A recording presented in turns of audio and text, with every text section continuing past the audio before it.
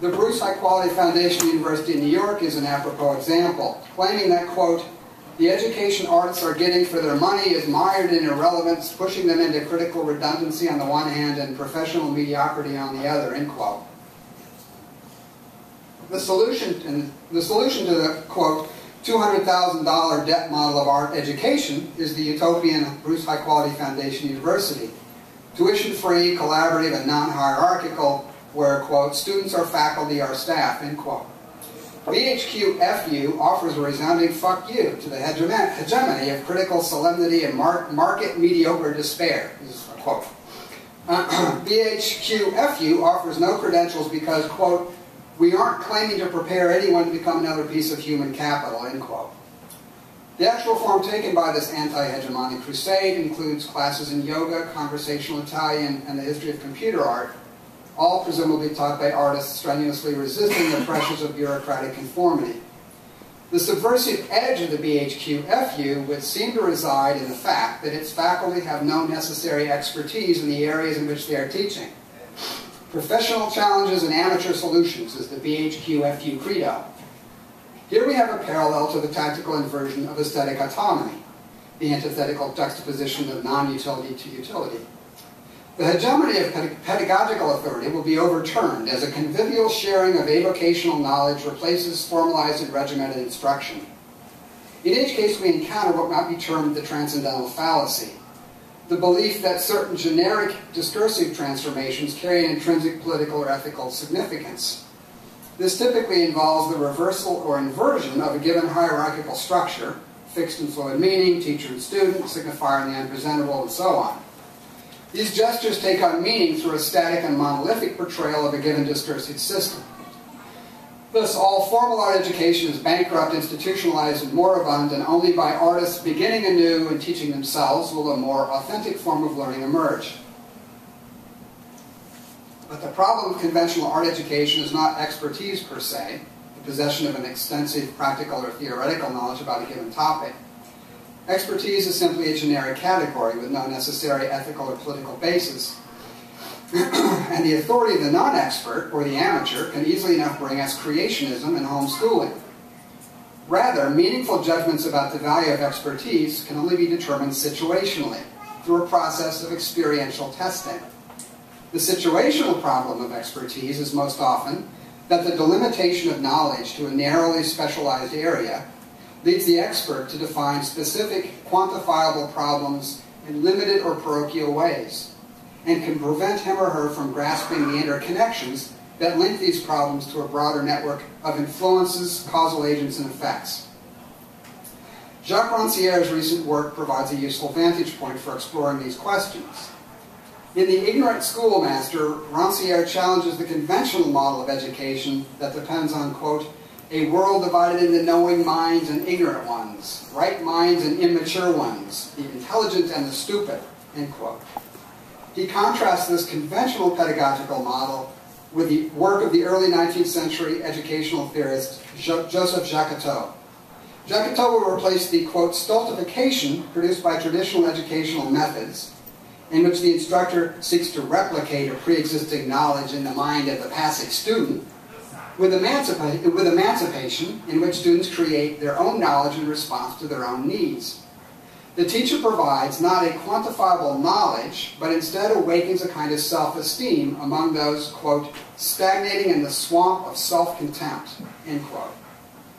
If Rancière is eager to do away with the hierarchical distinction between teacher and student, he is less prepared to sacrifice a spatialized concept of authority. Whether in the form of catalyst or content, agency must always be located somewhere else. Thus, the teacher, for Rancière, is displaced by the book. The book allows each student the freedom to produce his or her own autonomous meaning via a process of creating translation. Rather than conveying a pre-existing and fixed meaning, like the teacher, the meaning of the book is intrinsically fluid and available. Rancière thus discovers in Jacotot a precedent for Roland Barthes' writerly text a century and a half later. Rancière's analysis is, not surprisingly, marked by certain aporia that are common to the broader post-structuralist tradition. Oral instruction via the embodied teacher is only ever authoritarian and logocentric. The text, on the other hand, is more rather than less dialogical and reciprocal than another human being. Whether we realize it or not, our interactions with each other are always mediated by a given discursive system, by social conventions or protocols, by differences of class, and so on. We persist, however, in the naive belief that it's possible to somehow circumvent this mediation and collapse this distance, achieving some closer or more integral relationship with each other and the world around us. The text, the mediating third that both links and bifurcates author and reader, viewer and work, self and other, is necessary to guard against the objectification and instrumentalization that is the inevitable consequence of any attempt to achieve a more direct relationship to others. In the absence of this tutelage, the reader will relapse into a naive faith in referential meaning and lose sight of the productive indeterminacy of all signifiers. Authority as such, as I already noted, is not dissolved but displaced.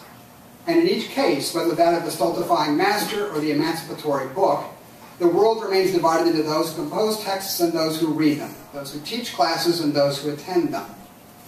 While the reader-viewer may not be ignorant in Rancière's account, they are at the very least unconscious of their own capacity for intelligence. It still remains the unique mission of the writer or artist to raise up these subjects from the swamp of self-contempt.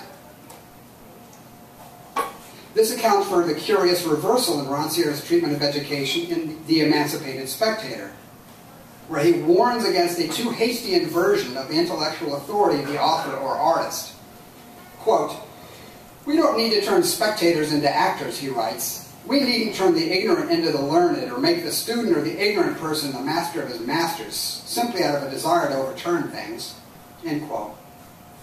Here again we have the division between the ignorant and the learned, but this time they are presented as fixed rather than fluid categories. Rancière thus seems to recoil from the more egalitarian implications of his arguments around education.